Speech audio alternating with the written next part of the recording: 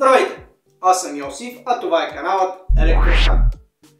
Както знаете, в този канал ви показвам всичко, което е свързано с електричеството в обкръжаващата ни среда. Като например различни електромонтажи, съвети, експерименти или класации на различно електрооборудване. Каналът все още е в процес на развитие и силно се нуждаем от вашата подкрепа, която може да изразите като се абонирате за канала. По този начин много помагате за развитието му, за което искрено ви благодаря. А като бонус за вашата подкрепа, организирам в края на всеки месец томбола, в която тегля един от всички абонирали се за канала и му изпращам рекламна фанелка на канала и едни изолирани отвертки до 1000 волта, независимо къде е по света. Така че абонирайте се и успех! А сега да пристъпим към днешното видео. Представях си ситуация, в която се налага едно осветително тяло да го командваме от две различни места. Какво имаме нужда в тази ситуация? Ако използваме единичен ключ, така нареченият схема 1, няма да може да постигнем тази цел да контролираме едно осветително тяло от две различни места, защото единичният ключ може само да включва и изключва от едно място. Ако използваме двоен ключ, така нареченият схема 5, няма да може да постигнем също тази цел да контролираме едно осветително тяло от две различни места, защото ключът е конструиран така, че да може да контролира две осветителни тела от едно място. Тогава от какво имаме нужда? Имаме нужда от девиаторен ключ или така нареченият ключ схема 6. Думата девиаторен произлиза от латинското deviatio, което означава отклонение. Примери за използването на девиаторен ключ са коридори, стълбища или спални. Например, включвате осветлението, когато влизате в коридора и изключвате в края на коридора, когато излизате. Или влизате в спалнята и включвате осветлението от ключа, разположен до вратата, лягате си и изключвате осветлението от ключа, разположен до леглото. Така, при схемите с девиаторни ключове, във всеки от ключовете влизат 3 проводника. В първия девиаторен ключ влиза фазовият проводник, който идва от захранването, и два проводника, свързващи първият с втория девиаторен ключ. Във втория девиаторен ключ влизат двата проводника от първия ключ и излиза един фазов проводник, отиващ към осветителното тяло. Нулевият проводник от захранваща верига отива директно към осветителното тяло. Сега ще ви го покажа нагледно. Сега ще ви покажа принципът на девиаторния ключ. В случая имаме два девиаторни ключа, едно осветително тяло. Как функционират? С всеки един от девиаторните ключове може да контролираме нашето осветително тяло, независимо на какво разстояние са ключовете един от друг. Така. Виждаме, че свети, угасва и с другия ключ също контролираме това. Това е, което се желае от нашите девиаторни ключове. Как става точно? Сега ще ви покажа. Спираме захранването и сега ще отворим нашите девиаторни ключове. Сега ще отворим нашите девиаторни ключове, за да видим какво има устройството и как точно функционира. Първо, махаме капакът, който е на самият ключ. Така. Виждаме отдолу, има две болчета, които са с PH1 удобни за развиване. Така.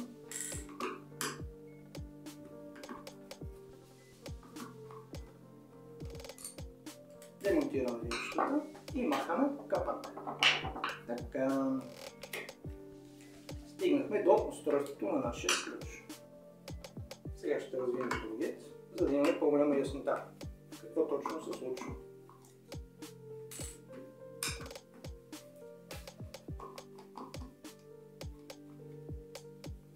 Така.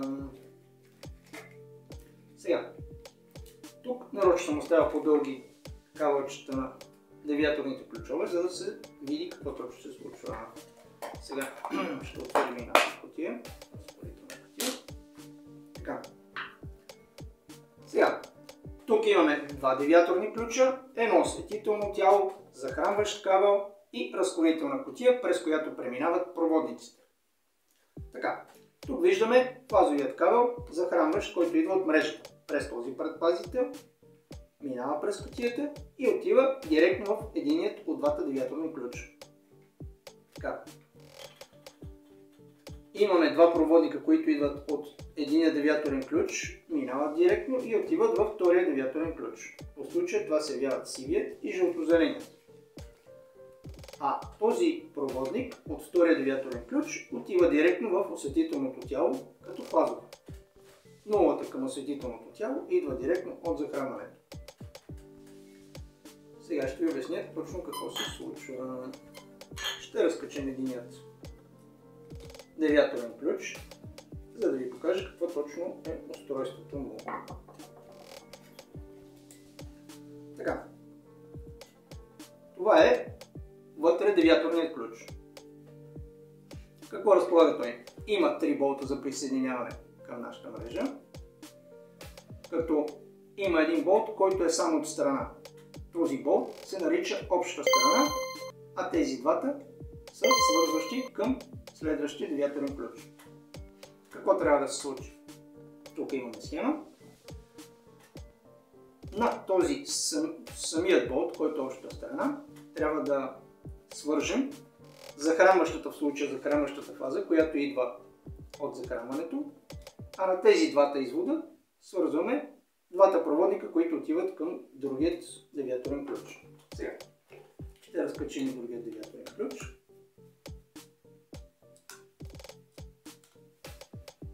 За да видим какво точно се случва.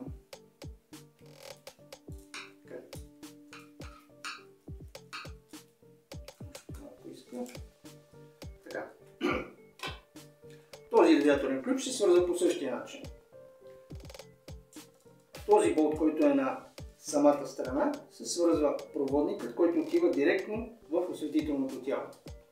А на другите два болта се свързват двата проводника, които свързват първият и вторият девиаторен ключ. На общи линии, това е принципът за свързване на девиаторен ключ. Сега, ако, да кажем, имаме изградена 3-проводна инсталация, но не знаем кой проводник какъв е, как процедираме? Първо, всички краища ги раздалечаваме и подаваме напрежение. След като подадем напрежение, на един от всичките тези 6 проводника трябва да има напрежение. Той ни е захранващата фаза. Търсим. В случай тук сме сигурни, че го няма. Ето го, този е. С индуктивна ответка или фазоуказател установихме, че този проводник е от захранващата фаза. Изключваме напрежението, проверяваме за наличие на напрежение. Добре, така. Сега, след като сме установили, че в този ключ този е захранващата фаза проводник, взимаме другите два проводника и ги съединяваме на късо, посредством в случая вагоклема. Така. Целта ни е да установим в този ключ кои са тези два проводника. Ако да кажем всички проводници са различни цветове или не са спазени, трябва да установим кои от тези два проводника са общите. Взимаме един мултицет, слагаме го на съпротивление и търсим. Така.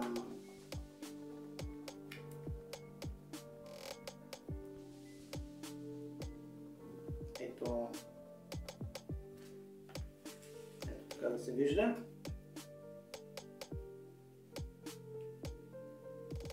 И установяваме, че тези двата проводника са същите два.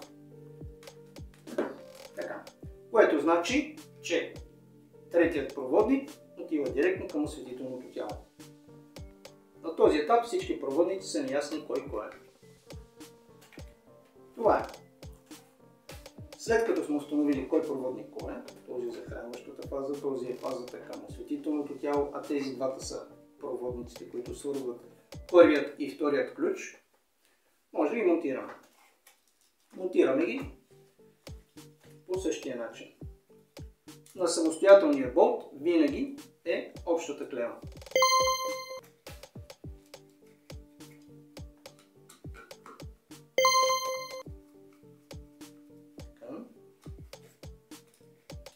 другите два проводника няма значение кой точно къде се свързва. Важното е да са на тези два края.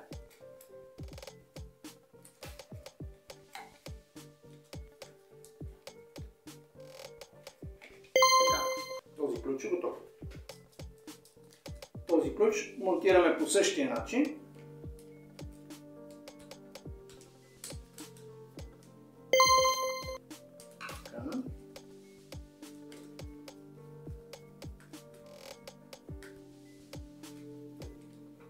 И тези два проводника няма значение на кой болт точно ще се монтира.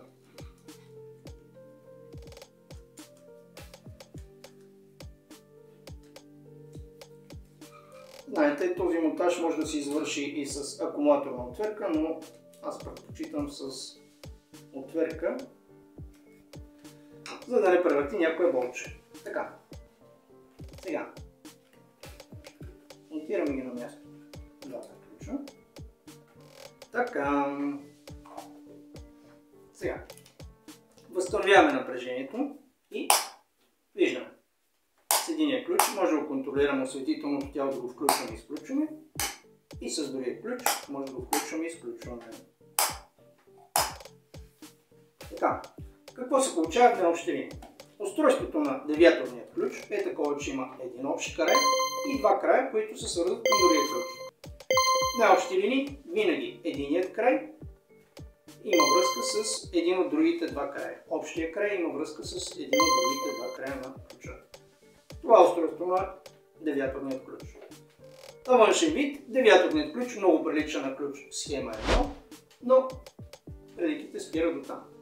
В повечето случаи на девиаторният ключ има такъв знак, за да се обозначи, че е девиаторен, но повечето производители, както в случая, предпочитат да не го слагат този символ за по-добър естетически вид. Така. След като отворим нашият ключ вътре, на пръв поглед прилича много на ключ схема 5 или така наречения двоен ключ. Защо? Защото има 3 болта, един сам и два от другата страна. Но приликите спират до тук. При двойния ключ знаем, винаги има връзка от едното към другото и могат да се изключат, а при девиаторният ключ е по-скоро схема 3. Това е приликите и разликите с ключ схема 1 и ключ схема 5. Като отворим нашата кутия, виждаме, че захранващият проводник, който е кафевият фазов, отива в единия ключ на клемата, която е самостоятелна. А другият кафяв проводник, който се явява фазов за осветителното тяло, излиза от другия девиаторен ключ и отива директно към осветителното тяло. За осветителното тяло нулата е директна, а другите два проводника, които свързват първият и вторият девиаторен ключ, минават директно и свързват двата ключа. Това е цялата схема. Това. Сега, при тази схема подаваме напрежение и забелязваме, че с двата ключа може да контролираме нашето осветително тяло. Сега, какво ще се случи, ако объркаме някой от проводниците? Сега ще направим експеримент и ще видим. Объркаме, значи, в случая захранващата фаза към осветителното тяло да не си е на мястото, а да е примерно на някой от свързващите двата ключа. Обръщаме ги обратно. Само за да ви покажа какво ще се случи. Това е една от най-честите грешки, когато се свързва девиаторен ключ.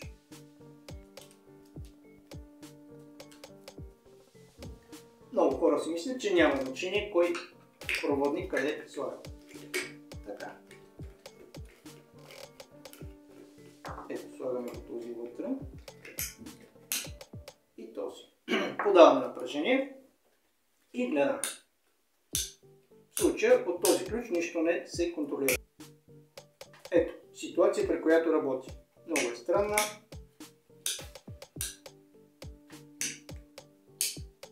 Обаче в тази ситуация не работим. И става много объркващо. И се получава така, че понякога имаме, понякога нямаме достъп до нашето осветително тяло.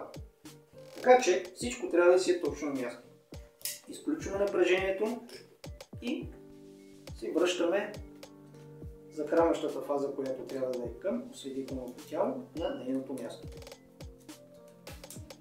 И проводникът, който свързва двата ключа, си го връщаме на неговото място.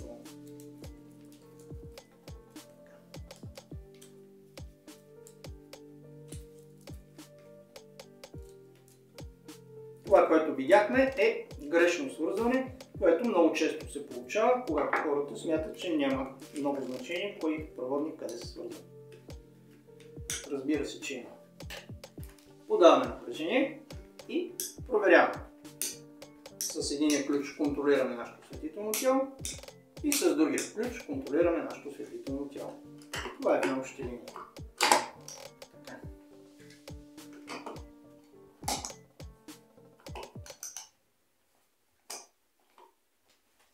Какво друго е интересно да се знае за подвързването на девиаторния ключ? По правило винаги се използва по-тъмния проводник за захранваща фаза, която идва от захранването, или фаза, която захранва самото осветително тяло. Това е принципът. В случая имаме кафяв, сив и жълто-зелен, затова кафявият проводник се използва за захранване. А другите два цвята, независимо какви са, се свързват за общото свързване на двата ключа. Това е като правило. Може някой да не го спазва, но като правило е така. Както виждате, това е нормалната схема за свързване на девиаторен ключ. На два броя девиаторни ключа за едно осветително тяло. Има и друга схема, при която се използва и нулата влиза в ключът и фаза и се разменят местата, но няма да ви показвам, защото е много опасно. Не го практикувам и повечето хора не го практикуват. Защо? Защото по правило не е хубаво в ключът да събираме фаза и нула. Вътре се получават искрене при самото превключване на ключа. Може да се получи искрене и съответно съединение. Плюс това чисто практически не е удобно в ключа да влиза и фаза и нула, да се закара и нула и фаза и да си разменят местата. Затова не ви го препоръчвам този начин, дори да си свалите схемата, примерно от интернет и да си го свършите. Не ви го препоръчвам, защото получава се искрене, късо и така нататък. Ще си навлечете много неприятности. Това е най-лесният вариант и най-удобният. Това е най-добрият вариант за свързване на девиаторен ключ. Никакви нули в ключа, никакви глупости. Само фази. Фаза влиза, фаза излиза и два проводника между двата ключа. В най-общи линии това е устройството и функцията на девиаторен ключ схема 6. Възможността от две различни места да командваме едно осветително тяло. А в следващото видео ще ви покажа как може да командваме това осветително тяло от три различни места. Ако този клип ви е харесал, ударете един лайк, абонирайте се за канала, ако все още не сте, и ударете камбанката, за да получавате новите ми видеа. По този начин много ми помагате, за което искрено ви благодаря. Не ми остава друго, освен да ви пожелая много професионални успехи. Чао, чао! Примери за използването на девиаторен ключ. Стоп!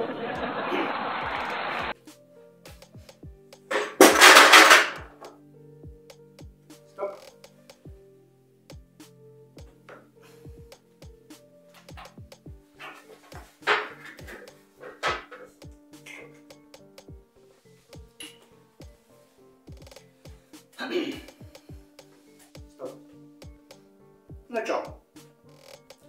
Какво представлява девиаторният ключ? Девиаторният ключ, функцията му е независимо как той да свети. Така, стоп. В най-общи линии това е възможността. Няма обозначителен знак, защото производителят иска да има по-естетически вид. Турски ключ. Не, че китайските са по-добри. Може би ще направя класация за това, кои са по-добрите. Видеото ви